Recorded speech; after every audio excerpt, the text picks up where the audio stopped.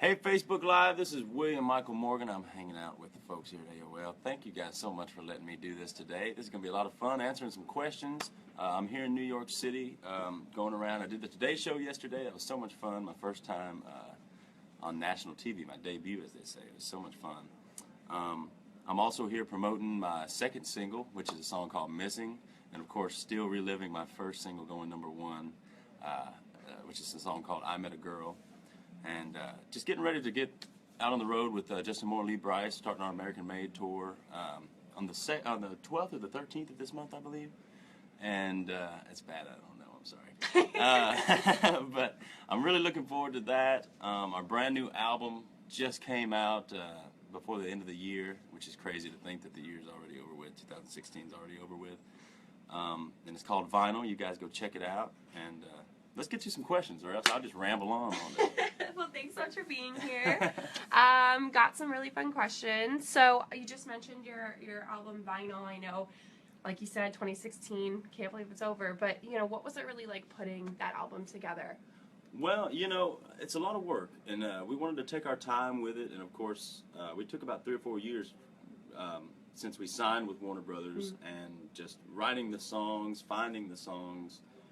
Making the songs our own, singing them out live, seeing what reacted and didn't react within the industry and out live, playing for this bar room or this, opening up for this guy or this girl.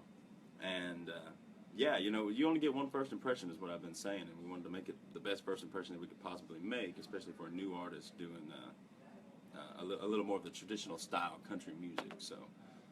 It was a fun process. It was a lot of time put into it, and it was fun. I'm proud of the outcome. Awesome. I mean, it was obviously well received by everyone who heard. Well, Thank you. A lot of people. So Yes, that's ma'am. really awesome. And obviously, one of the highlights, I Met a Girl, as you Yes, mentioned.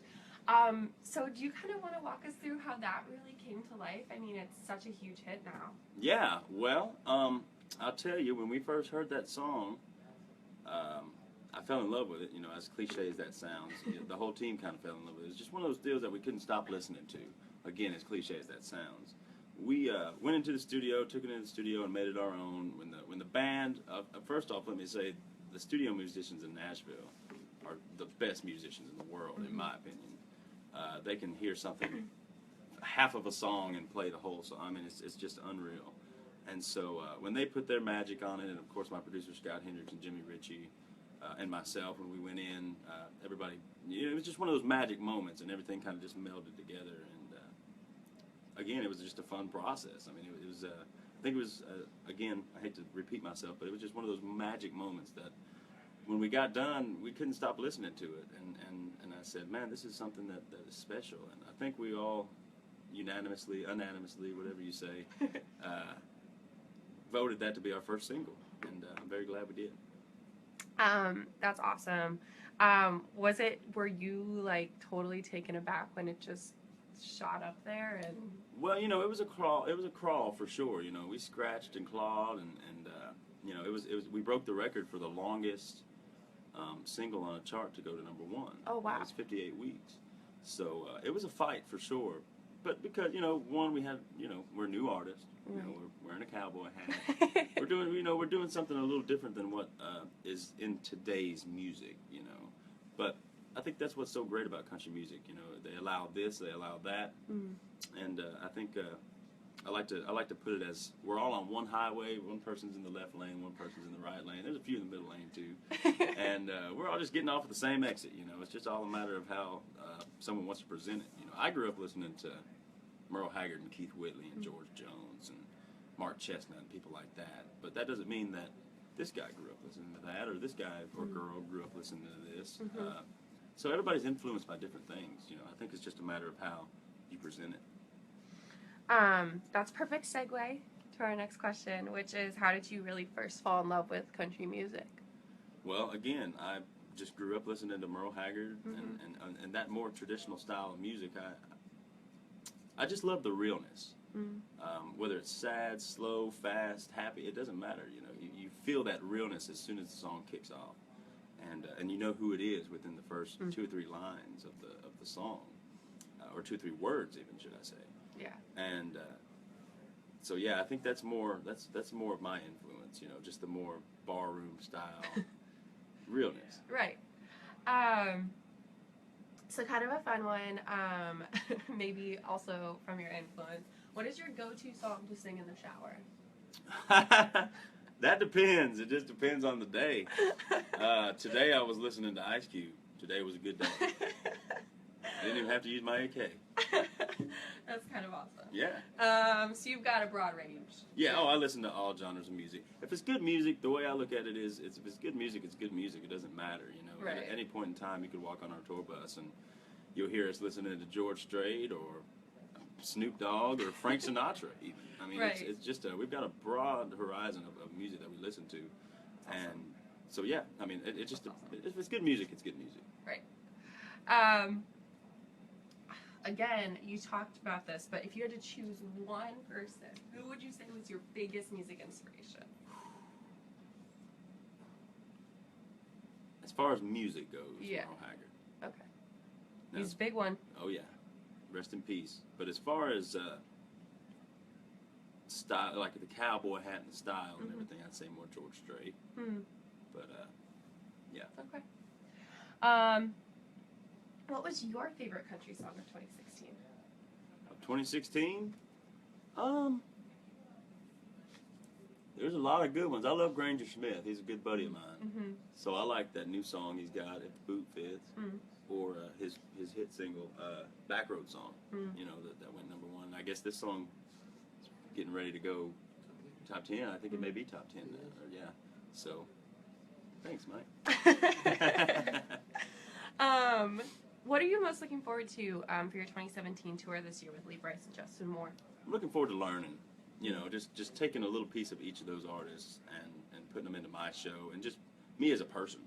You know, I've hung out with Lee behind the scenes a little bit, had a few drinks with him, and I've done a few shows with Justin Moore, and they're just great people. Their whole crew's great. Everybody's great, and that's what we want to instill in our group as well. And you know, I just want to take as much of their show as I can and put it in my own. Awesome, yeah. I hope that it's a fun tour. I'm sure it will be. Oh, I'm sure it will be a blast. So there's a lot of people out there trying to make it in this big bad country music world. What advice would you give to those people who are really trying hard to make it? Don't waver. People are going to tell you you got to do this and you got to do that, and most of the time they're right. Sometimes they're right, but you got to be you. You know, you can't. I'm not going to take my cowboy hat off just because somebody asked me to. You know, I'm not going to take my boots off just because somebody asked me to. But the best thing you can do is listen and take what they say and acknowledge it and think about it. But at the end of the day, you have to be you, and you can't let anybody else change that. It's good advice. Switching gears a little bit. What is your guilty pleasure food? Oh, boy, I don't know. I mean, I like a lot of stuff. I like a lot of junk food. My favorite, like, candy bar, I guess, would be I love Twix, Snickers. I become a diva, so I gotta eat my Snickers. It's funny. Okay, cool. So if you could collaborate with one artist, you know, this year, whenever, dead or alive, who would it be? Oh, dead or alive? Elvis Presley, Merle Haggard. Elvis Presley, probably. Would you do an Elvis Presley song if you sang with Elvis? Oh, good Lord, yes. Yes? Oh, yeah. Do you know which one? Maybe like Crying in the Chapel, or like In the Ghetto, American Trilogy. I would love. I would pay to see that. Oh, I would too, trust me. I think anybody would, actually, to see Elvis singing just one more time. So one last question, and then we'll get to some of the audience questions we have here. What's your favorite thing about the country music genre? I love that everybody gets along. It's all a big family. You know, there's not this big competition. It's not this, oh, he's doing this, I'm doing this. It's all family, you know, brotherhood, sisterhood. And that's what I love the most about it. And it's all country music. You know, people say pop country. People say bro country. People say traditional country. If you notice something in all three of those, there's one word that is the same in all three of them. It's country. It's all country music. And that's what I love. It's just, again, to resort back to my other answer, you know, I grew up on this. That doesn't mean that this guy grew up on that, you know. So it's all the same message. It's just a matter of how you get it out there. Definitely a huge camaraderie in the country music scene. So it's really fun that you could be a part of that. Oh, for sure. A lot of people asking questions. A lot of people have asked, are you going to the UK? Do you have plans to go to the UK? Man, there are so many people that want me to come there, and I want to go there so bad. I've always dreamed about going overseas in general. So hopefully there's some stuff. I'm not sure about this year. I would love it more than anything, but I can't say 100% quite yet. But I would love to. That would tickle me to death. You think they'd let this old redneck in over there? I think they'd enjoy it. So Gene Dickinson wants to know, what is your favorite song on vinyl? What's up, Gene? I'd have to say Vinyl. Vinyl is probably my favorite song. Just because, I mean, the message that it sends. You know, it's a love song. You know, it's saying our love is like vinyl, a vinyl record, which has been around forever. It's timeless. Everyone knows. You know, it's always going to be here. And I think that's the same way. Our love will always be here, and it's timeless and it's classic. And that's at least that's the message that I get from the song, and that's probably my favorite song. Just the groove, everything about it. I love it. That's awesome. Cassie wants to know what your favorite venue is to play at. Oh, Cassie, that's a good question. Grand Ole Opry, hands down. Since September 5th of 2015, that's when we made our debut. And I'll never forget that day. We've played about 24 or 25 times now. And I keep track of that because that, to me, it just is so amazing to play on that stage where there's so many different artists, so many people that I've looked up to and look up to in today's time as well have played that stage and are playing that stage as we speak, you know. And just growing up, that's something that I always wanted to do, was play the Grand Ole Opry. And whether it's the Grand Ole Opry or the Ryman, it's every time feels like the first time. That's awesome. William wants to know if there was good name, William. If there was a moment you knew you had made it. We're still making it. We're making it. We're climbing. We're climbing the staircase. We're still at the bottom, but we're getting there. We're climbing as fast as we can. But thank you. I think the thing that I moved to town on was I always wanted to be like George Strait, Keith Whitley, and Mark Chestnut. That's why I moved to town. You know, I think I would feel like I've, quote unquote, made it if someone moves to town because of me. You know, if someone says, you know what, I love that William Michael. He sings that country music, and I want to be just like him. I think that, to me, would be so special. But, of course, I feel like I've made it every day. Good Lord blesses me in every way every day, so I feel like I've always made it. That's awesome. Shelly wants to know what you feel is the most personal song you've written. Wow. I don't know. I don't think it would be out anywhere.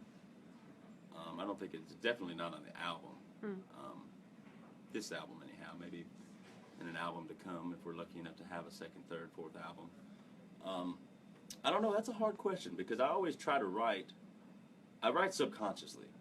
So it's like I don't just go in saying, oh, I'm more in love today than I've ever been, or I'm more hurt today than I've ever been. I think my heart and my brain just kind of feel that, and I just kind of gravitate to that. So everything's kind of personal, in a sense. But that's a hard question. I've written a lot of songs since I've been in Nashville. That's a good question. I'll actually have to look into that. You know, I'll have to go back and pull up all my songs and think about that. Some introspection, maybe. Yeah. Very cool. Stephanie Sachs has a very fun question. Okay. If you could do something other than be a country music singer, what would you do? I'd be a country music writer. Oh. I do something in country music. It don't matter what. Couldn't get away from it? No. Okay. Even if it's just serving beer over a jukebox, country music, it don't matter. Awesome. Well, thank you so much for chatting with us today. Thank you for your questions, everybody. Of course. Thanks, everyone, for tuning in. And have a great day. Happy New Year.